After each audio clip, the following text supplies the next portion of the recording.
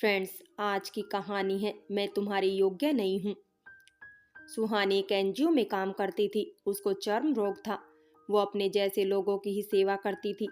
अच्छी बात यह थी कि उसके चेहरे पर कोई दाग नहीं था, पर पूरा शरीर सफेद दागों से भरा हुआ था। इसीलिए वो हमेशा शरीर को ढककर रखती थी। चाहे जितनी भी गर्मी हो, वो पूरी बाजू के कपड़े ही पहनती। उस दिन बहुत ही गर्मी थी। सूरज भी आग बरसा रहा था। सड़क पर इक्का दुक्का लोग ही नजर आ रहे थे। मई की झुलसती गर्मी में दोपहर के समय घर से निकलना आफत लगती है। सुहानी की स्कूटी भी खराब हो गई थी। उसने सोचा आज छुट्टी कर लेती हूँ, पर अचानक से फोन आ गया कि कुछ जरूरी काम है, आना पड़ेगा। मरती क्या ना करती, जाना ही था। अगर कोई छुट्टी के मूड में हो और बहुत गर्मी हो और स्कूटी खराब हो तो ऑफिस जाना सबसे बड़ी मुसीबत लगती है। पर ऑफिस तो जाना ही था। बड़बड़ करती घर से निकल गई।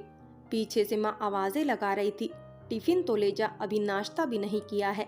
माँ की आवाज को अनसुनी करते हुए फटाफट घर से निकल गई। सड़क पर कोई रिक्शा ऑटो नजर नहीं आ रहा था। उसे और भी खींच जाने लगी। आज स्कूटी को खराब होना था। पानी की बोतल भी नहीं लेकर आई। प्यास से गला सूख रहा है। बड़बड़ाती हुई वो चली जा रही थी। तभी एक मोटरसाइकिल उसके पास आकर रुकी। मैडम, कहाँ जाना है आपको? चलिए मैं छोड़ देता हूँ। एक तो दोपहरी ऊपर से कोई आ जा नहीं रहा था और उस आदमी ने अपना चेहरा हेलमेट से ढका हुआ था। सुहानी डर सी गई थी। नहीं, मुझे कहीं नहीं जाना है भाई साहब, आप जाओ। देखिए, डरिए मत, मैं एक फौजी हूँ। इस भरी दोपहर में आपको कोई रिक्शा या ऑटो नहीं मिलेगा। आपको परेशान देखकर मैं रुक गया। आपको जहाँ जाना है मैं वहाँ पहुँचा सकता हूँ, उसने हेलमेट उतारते हुए कहा। सुहानी ने देखा कि वो बहुत ही सुंदर नौजवान था। उसने नीले रंग की जीन्स और लाल रंग की टी शर्ट पहनी हुई थी। वो क्लीन शेव था। शक्ल से तो शरीफ ही लग रहा था। आइए मैडम, मैं आपको छोड़ देता हूँ। वैसे भी दोपहर में एक कदम चलना भी मुश्किल हो रहा है। नहीं भाई साहब, मैं चली जाऊंगी, सुहानी ने डरते डरते कहा। ठीक है, जैसी तुम्हारी मर्जी। वो लड़का वहां से चला गया। किसी तरह सुहानी ऑफिस पहुंच ही गई। प्यास से उसका बुरा हाल हो रहा था। अपने कैबिन में पहुंचकर उसने चौकीदार को पानी के लिए आवाज लगाई। दीदी, आपसे कोई मिलने आया है, चौकीदार ने कहा। ठीक है, भेजो उसे। जो अंदर आया वो वही लड़का था जो कुछ देर पहले उसे मिला था। आप? सुहानी ने हैरानी से पूछा। जी लेकिन मैं यहाँ काम करती हूँ। और आप किस लिए आए हैं? मुझे लक्ष्मी आंटी ने भेजा है डोनेशन के लिए। ये लीजिए चेक। उस लड़के ने अपनी जेब से एक चेक निकालकर सुहानी के सामने रख दिया। अच्छा, तो ये लक्ष्मी आंटी का चेक है? हाँ, उनका फोन आया था कि वो 1-2 दिन में चेक भिजवा देंगी। उनको मेरी तरफ से धन्यवाद कहना। पर आप उनके कौन हैं? सुहानी ने वैसे ही पूछ लिया। जी, वो मेरी मासी लगती है। बस छुट्टियां थी तो माँ को मासी से मिलवाने ले आया। ओ, आपने अपना नाम नहीं बताया, आपने पूछा ही नहीं। वैसे मैं शिवम और आप? मैं सुहानी। बहुत सुंदर नाम है। ये नाम ज्यादा प्रचलित नहीं है। सुहानी की ऐसी तारीफ पहले किसी ने नहीं की थी। वो थोड़ा शर्मा गई। जी धन्यवाद। नहीं, मैं सच कह रहा हूँ। वैसे मैंने आपको लिफ्ट भी देनी चाहिए थी, पर आपने ली ही नहीं। क्या मेरे चेहरे पर लिखा है कि मैं कोई बदमाश हूँ? आपके चेहरे पर यह भी नहीं लिखा कि आप शरीफ हो। मैं कैसे आपसे लिफ्ट ले लेती? मैं तो आपको जानती भी नहीं। शायद आप ठीक कह रही हैं। हम किसी भी अजनबी पर विश्वास कैसे कर सकते हैं? पर अब तो हम दोस्त हैं। दोस्त इतनी जल्दी? दोस्त बनने में कितना समय लगता है, फिर दोस्ती पक्की। शिवम ने अपना हाथ आगे बढ़ा दिया। सुहानी ने हाथ जोड़ दिए। वो किसी से भी हाथ नहीं मिलाती थी। अभी नहीं, बड़े ही मुलायम शब्दों में उसने कहा। तो फिर कब? क्या मैं शक्ल से इतना बुरा लगता हूँ कि आप मुझसे हाथ भी नहीं मिला सकती? नहीं नहीं, ऐसा नहीं है। सुहानी सकुचा गई। उसे याद आने लगा जब वो बचपन में किसी से हाथ मिलाती थी तो लोग उससे हाथ भी नहीं मिलाते थे। उसकी सहेलियां भी उसके हाथ से कुछ लेकर नहीं खाती थी। धीरे धीरे उसकी सहेलियां कम होने लगी, पर उसने स्वयं भी अकेली रहना शुरू कर दिया था। पहले उसके बदन पर कम दाग थे, पर जैसे जैसे वो बड़ी हो रही थी उसके शरीर के दाग भी बढ़ रहे थे। ये तो अच्छा था कि उसके चेहरे पर कोई दाग नहीं था, वरना तो वो घर से भी नहीं निकलती, क्योंकि वो बहुत ही भावुक लड़की थी। क्या सोच रही हो मैडम?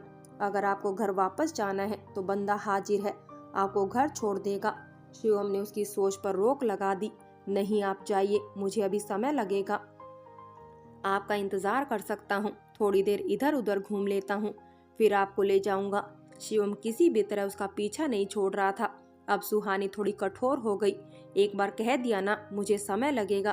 ठीक है, चला जाता हूँ, गुस्सा मत होइए। दरअसल मैं यहाँ किसी को नहीं जानता, इसीलिए आपसे दोस्ती करना चाहता था, पर अगर आप गुस्सा हो रही हैं तो मैं चला जाता हूँ। शिवम के चेहरे पर मायूसी छा गई थी।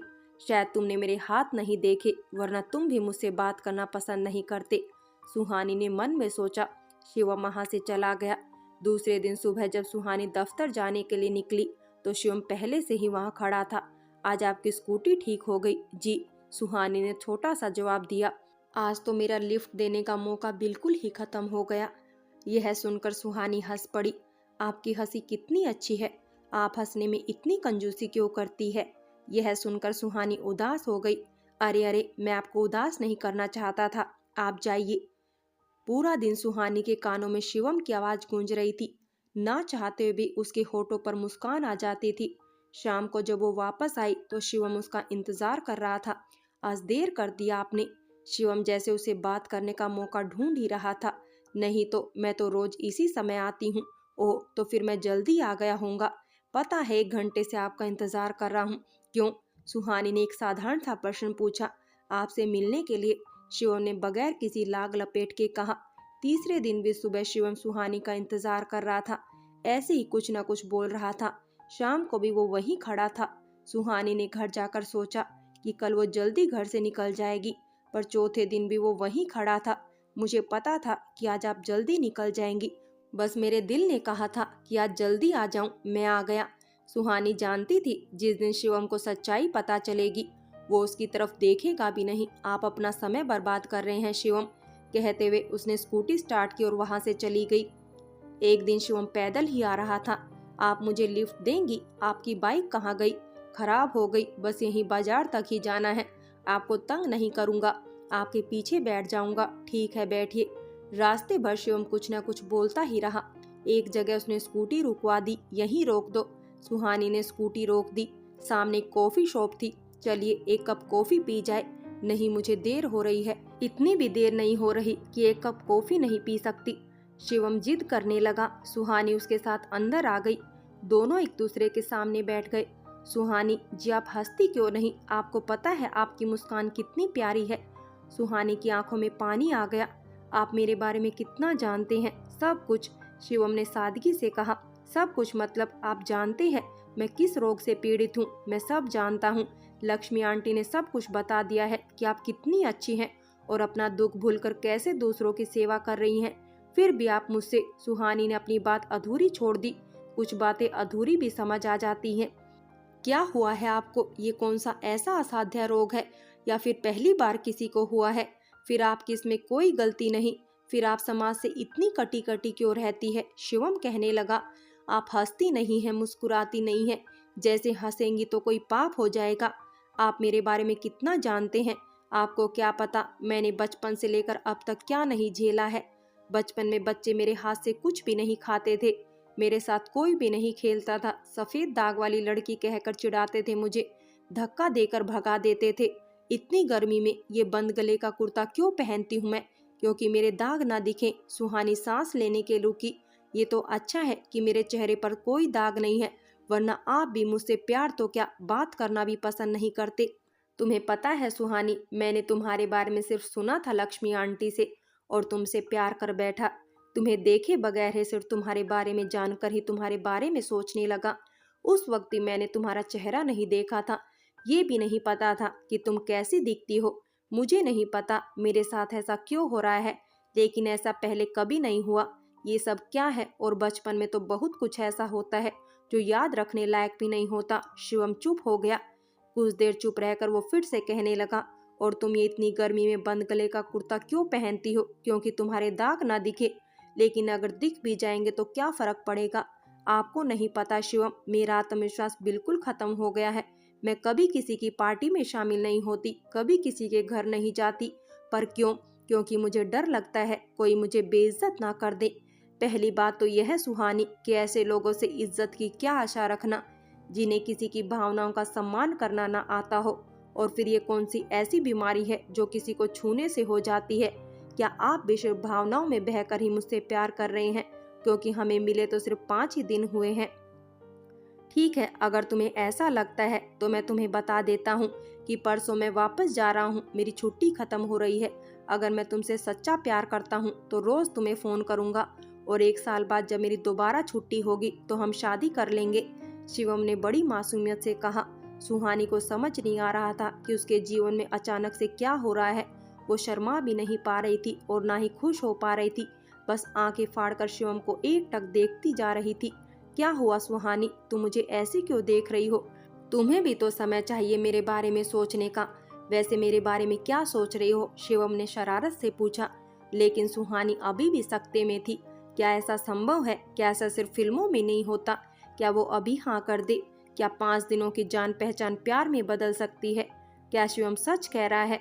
ऐसे कितने सवाल सुहानी के मन में उमड़ रहे थे और इन सब प्रश्नों का उत्तर तो वक्त ही दे सकता था और शिवम उसे वक्त भी देने को तैयार था। कुछ बोलोगी नहीं? क्या बोलूं, कुछ भी समझ नहीं आ रहा है। अगर तुम नहीं बोलोगी तो मैं बताता हूँ। तुम कल छुट्टी लोगी और हम दोनों सारा दिन घूमेंगे। ठीक है। सुहानी को अपने ऊपर ही आश्चर्य हो रहा था। उसने हाँ कैसे की? 6ठा दिन भी ऐसे ही बीत गया। 7वें दिन शिवम के जाने का समय आ गया। सुहानी उदास थी, बहुत उदास थी। शिवम ने उसके माथे पर अपना प्यार छोड़ दिया। मुझ पर विश्वास है ना? सुहानी ने धीरे से अपना सिर हिला दिया। अपने से भी ज्यादा। फिर मैं आसानी से जा सकता हूँ। शिवम चला गया। सुहानी उदास थी। दूसरे ही दिन शिवम का फोन आ गया। कितनी देर तक दोनों बातें करते रहे। सुहानी बहुत खुश थी। उसके पैर जमीन पर नहीं थे। ऐसे ही 6 महीने बीत गए। शिवम का रोज फोन आता था। सुहानी के दिन सोने के और रात चांदी की हो गई थी। उसने पहली बार सपने देखने शुरू कर दिए थे। उसका मन सारा दिन नाचने का करता। वो खुश रहने लगी। घर के और एनजीओ वाले भी उसकी खुशी का राज पूछने लगे।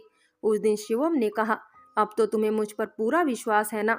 कैसी बातें कर रहे हो शिवम, अपने से भी ज्यादा आप पर विश्वास है। तो मैं माँ को तुम्हारे घर भेजूं? जोर से बोलो, मुझे कुछ सुनाई नहीं पड़ा। शिवम मजाक करने लगा। शिवम, माँ को मेरे बारे में पता है ना? उन्हें कोई आपत्ति तो नहीं? कैसी बातें कर रही हो सुहानी, उन्हें कोई आपत्ति नहीं होगी। शादी मुझे करनी है और शायद मैंने तुम्हें बताया होगा कि मेरी नानी ने भी यही दर्द सहा है। नहीं, मुझे नहीं पता, लेकिन न मैं समझ सकती हूँ कि तुम मुझसे कैसे प्यार कर बैठे। सुहानी शरारत से बोलने लगी। ठीक है, मेरा मजाक मत उड़ाओ। कल लक्ष्मी मासी और माँ दोनों तुम्हारे घर आ रहे हैं। सुहानी को सारी रात नींद नहीं आई। वो भविष्य के सुनहरे सपने देखने लगी। दूसरे दिन शिवम की अनुपस्थिति में सुहानी की सगाई हो गई। यह तय हुआ कि शिवम के आने के बाद दोनों की शादी हो जाएगी। शिवम की छुट्टियों में सिर्फ 3 महीने रह गए थे। सुहानी का एक एक दिन मुश्किल से बीत रहा था। उसे अपने आप से प्यार हो गया था। उसका आत्मविश्वास बहुत बढ़ गया था। उस दिन बारिश हो रही थी। हल्की हल्की बूंदों ने मौसम को बहुत सुहाना बना दिया था। आज सुबह से ही शिवम का फोन नहीं आया था। शिवम ही हमेशा फोन करता था। सुबह घर से निकलने से पहले रोज उसका फोन आ जाता। रात को सोने से पहले सुहानी करती। ये दोनों का नियम ही था। सुहानी का दिल घबराने लगा। रात को ही बात हुई थी और ये वादा भी कि सुबह भी फोन होगा। शिवम ने सुहानी से वादा लिया हुआ था कि वो सुबह फोन नहीं करेगी। क्या पता वो किसी भी काम में व्यस्त हो और फोन बज जाए। पर सुहानी ने आज अपना वादा तोड़ दिया और फोन किया। फोन की घंटी ही नहीं बज रही थी। सुहानी का दिल और ज्यादा घबराने लगा। तभी एक खबर आई कि सैनिक छावनी में आतंकवादियों ने हमला कर दिया है और कई जवान वीर गति को प्राप्त हुए हैं। सुहानी के पैरों के नीचे से जमीन खिसक गई। लेकिन तभी लक्ष्मी मासी का फोन आया कि शिवम जिंदा है, लेकिन बहुत बुरी तरह से घायल हुआ है।